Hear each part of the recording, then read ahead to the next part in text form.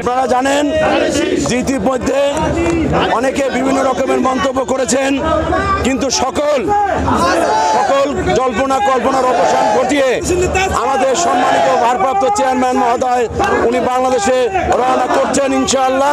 এবং আগামীকালকে সারা দেশের মানুষ, ঢাকা শহরে আমরা 2 কোটি মানুষ সমবেত হবে সেখানে। এবং আপনারা জানেন পটুয়াখালী থেকে আমরা আজকে সারাদিন বিভিন্ন গাড়ি যোগে আমাদের নেতৃবৃন্দরা ঢাকায় পৌঁছেছেন।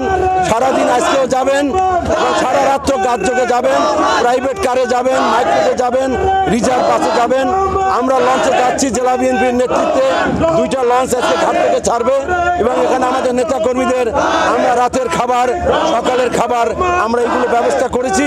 আমরা যতটুকু সম্ভব আমরা ব্যক্তিগতভাবে আমাদের পক্ষ থেকে আমাদের নেতা কর্মীদের ব্যক্তিগত পকেটে তাদের চাঁদার টাকায় আমরা স্বতঃস্ফূর্তভাবে আমরা ঢাকায় গিয়ে আমাদের সম্বর্ধনা দেবো আমাদের নেতাকে।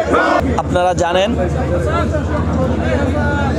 আজকে আমাদের নেতা আগামীর বাংলাদেশ জনাব তারেক রহমানের স্বদেশ প্রত্যাবর্তন উপলক্ষে আজকে সারা বাংলাদেশ একটি উৎসবমুখর পরিবেশে আছে।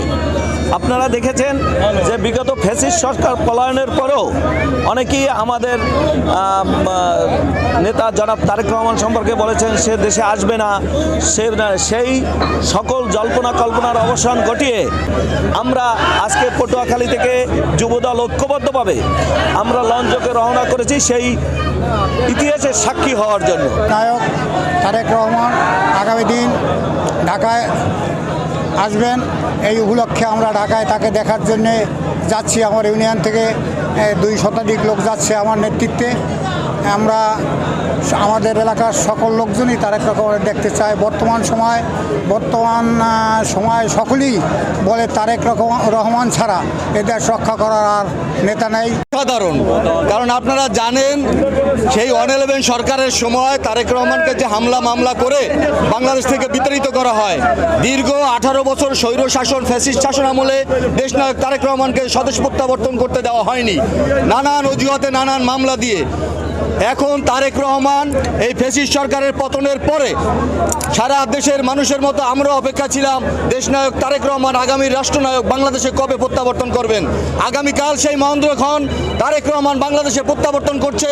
আমরা বিএনপি পরিবারের এবং দেশের মানুষের মতো আমরা অতি উচ্ছ্বসিত, আমরা আবেগ আপ্লুত।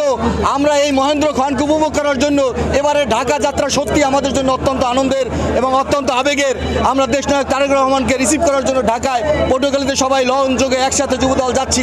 সবাই আপনারা আমাদের জন্য দোয়া করবেন, দেশনেত্রী বেগম খালেদা জিয়ার জন্য দোয়া করবেন এবং আগামী রাষ্ট্রনায়ক তারেক রহমান যেন সুষ্ঠু সুন্দরভাবে বাংলাদেশে প্রত্যাবর্তন করেন সেই প্রত্যাশা রাখছি।